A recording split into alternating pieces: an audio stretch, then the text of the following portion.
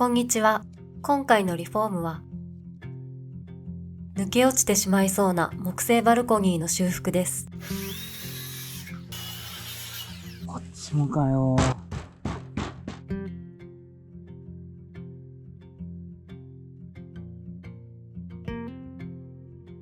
かつて施主様が温泉街で見かけたデッキを真似て大工さんに作ってもらったというどっしりとした立派な木製バルコニーです。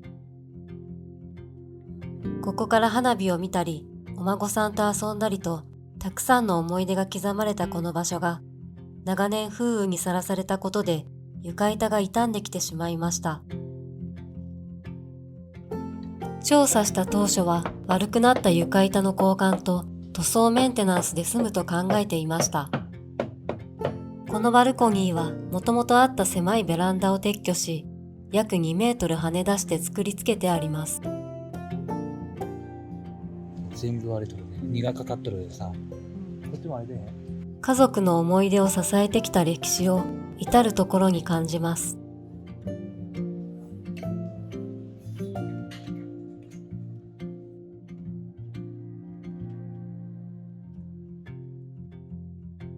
この場所には屋根がありません。よく濡れる橋の小口から水を吸って床板がボソボソになっています。ちなみにバルコニーとベランダの違いは屋根があるかないか。柱の内乗りにパンチングメタルをはめ込んだ手作りのパネルを取り外します。28ミ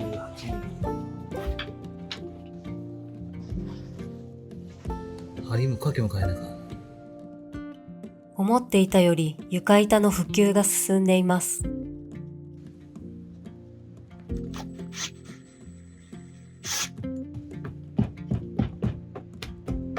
そして床材を受ける材もかなり傷んでいます。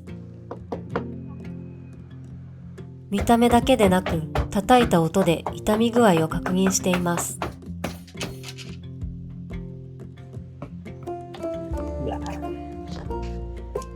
カブトムシの匂いがする。結構な範囲で腐っています。5年後にやるか、この際やるかのどっちか違う。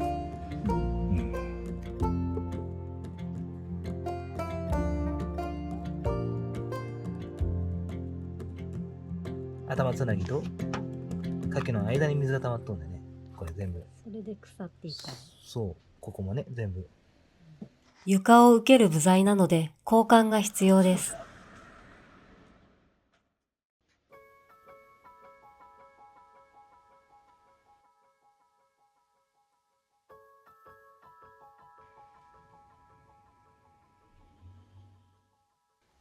どうやら当初予定していたデッキ材の交換だけでは済みそうにありません。構造部分も思い切った修理が必要です。施主様に状況の説明をし、どこまでどのように直すのかを打ち合わせ中です。もうそのうちダメ。こっちはまだ大丈夫だけど、差し金がスポッと入るぐらい。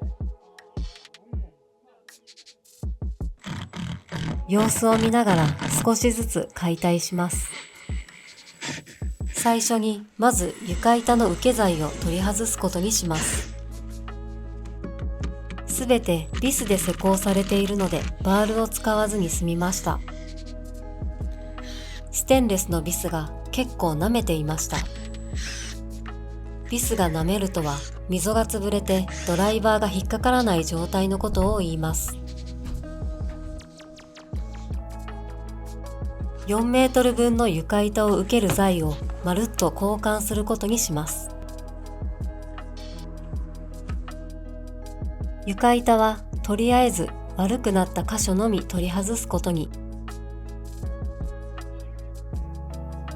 最初のイメージと違うと不安になりますが、施主様はもっとかもしれません。これもダメ。こっからこっちは OK。こんなんしっかりしとるもんで、使えるやつを切ってつなぎながらバランスよく、ここでビーッとつないだらつなぎ目が集中すると強度悪くなるもん。ひっくり返しながらこうでやれば全然問題ないです。正直、いつでも交換できる床板の話よりも、躯体の修繕の方が優先事項なのですが、何とでも変えることできるもんで、板だけはね、上の板は。ほんで、お母さん、結構そこら辺仮止めだからあんまり落ちるかもわからんね。どうやら最初の見通しが甘かったようです。思い切って全部壊してしまえば仕事はしやすいかもしれません。ですが、なるべく最小限に抑えたいという気持ちが迷いを生みます。うわ。この腐り方は単純な経年劣化ではなく、こういっとるな。雨の抜け道がなく常に水が溜まっている場合の傷み方です。レシプロス持ってくるわ。雨が溜まってしまう原因を突き止め、その要因を取り除かなければ、傷んだ箇所を交換しても意味がありません。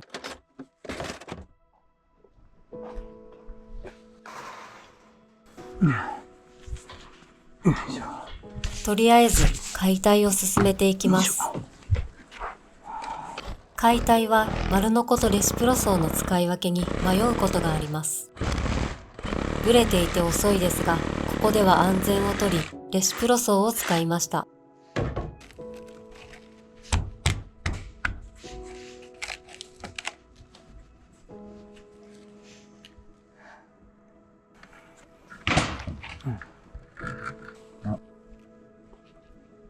ごめん。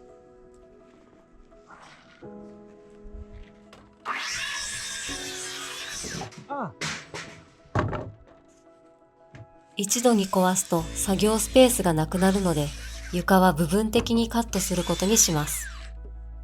こっちもかよ。床板の受け材を外すと、桁まで腐食していました。見なかったことにして、そっと閉じてしまいたくなる時があります。全部だよね。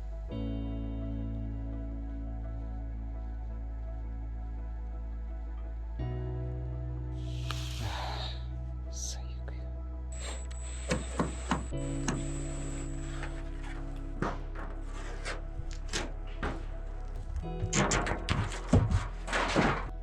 少しずつ壊しては、少しずつ工事が増える。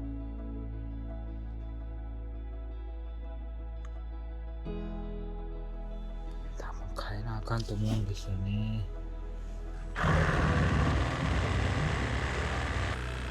なんだか大ごとになってきたのは気のせいでしょうか。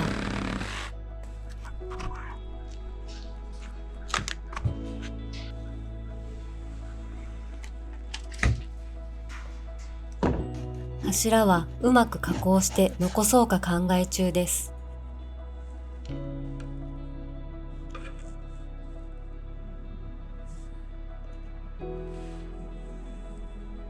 切ろ。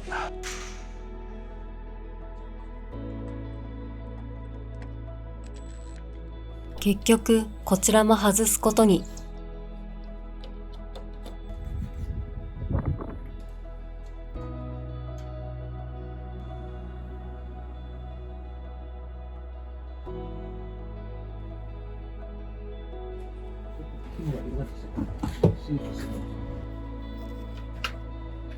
これだけ変える予定だったんだけど、こっちも。でもこうなっちゃうとさ、水入るよ。溜まるやん。一軒で通そうかなと思ったの。こっちとこっちでね。はい。なんかね、中途半端になるのこれも今から抜こうかなと思って。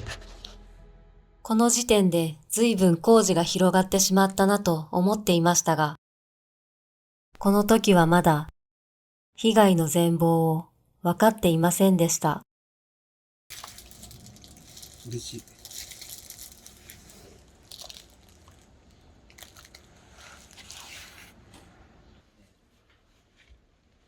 足場が風の影響を受けないように畳んであったメッシュシートを貼ります。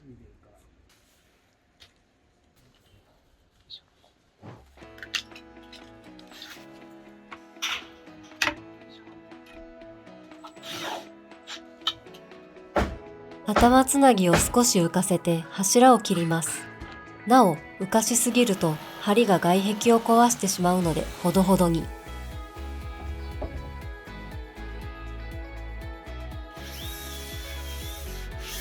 いつもは 165mm の丸ノコで解体しますが、足場の上ということもあり、軽量の 125mm の丸ノコを使います。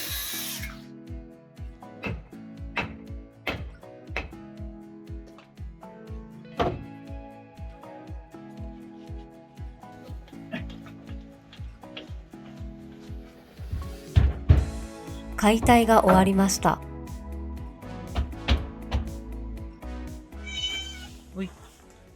おしゃれな玄関先に可愛らしいサビ猫がいます。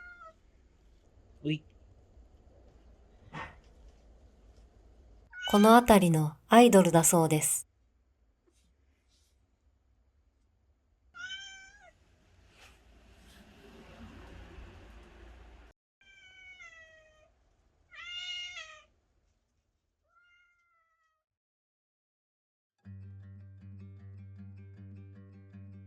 抜いた柱1本と床材を受ける横の材2本を作ります。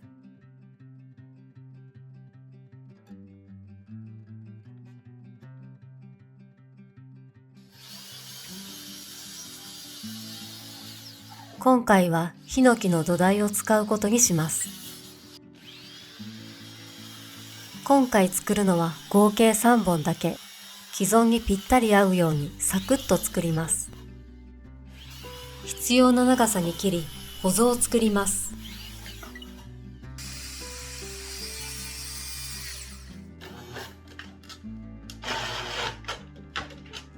この造作用の電子丸ノコより昔からある 195mm の丸ノコの方が使いやすいとよくぼやいています。捨て切りは一箇所切ったらいちいち金をまかずに勘で切れと親方から教わったそうです。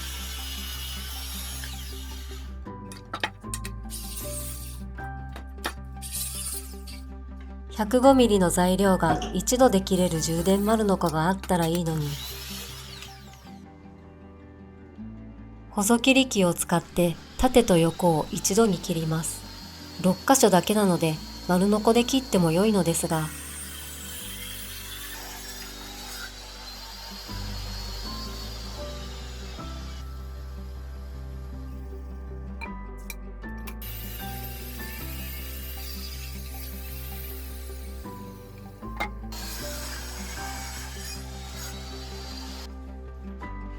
ドヤ顔してますが、切り口が汚いです。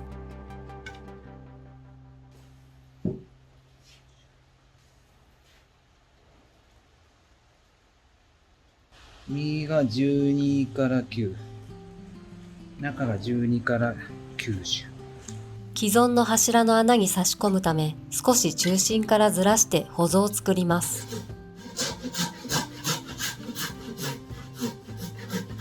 今回は金物を使用しないので、できるだけきつめに作ります。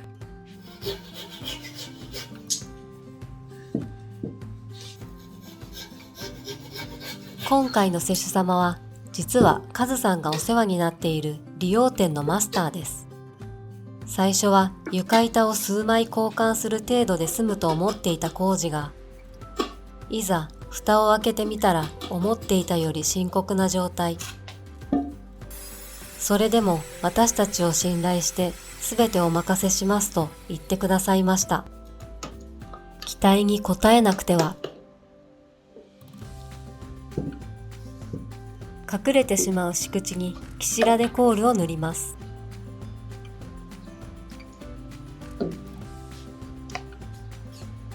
仕上げの色は施主様がまだ考え中です。汚さないためにマスキングをしています。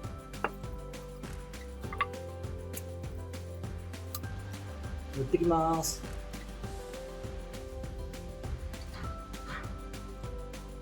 木は大抵切り口から腐食します。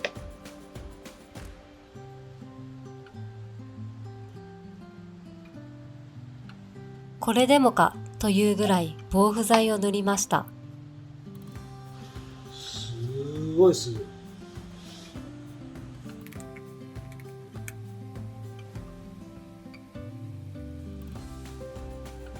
床の受け材も躯体に沿わせて隠れる部分は先行で塗布します。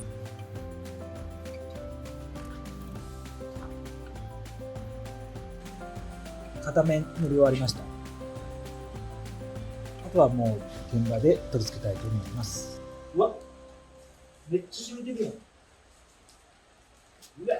どうやらマスキングの意味はあまりなかったようです。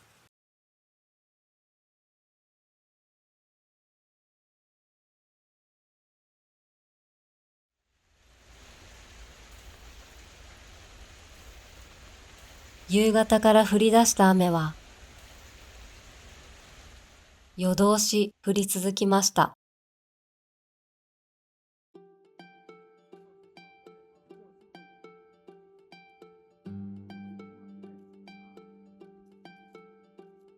中から水が出てきます。どう思う？もうきりなくない？これ。昨夜の雨で濡れてふやけています。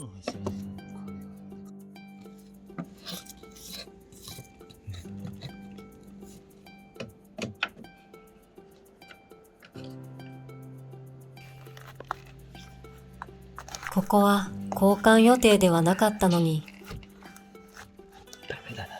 せっかく木材を刻んできましたが、やり直しです。壊そう。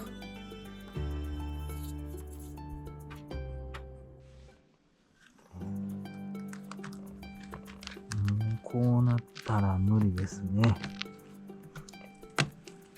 やー、これ梅木してるの？これ何があるやんな。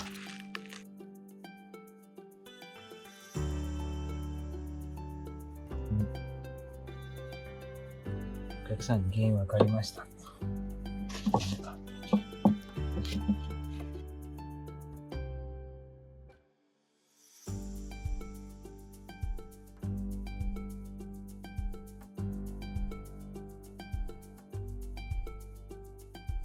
チャンネル登録お願いします。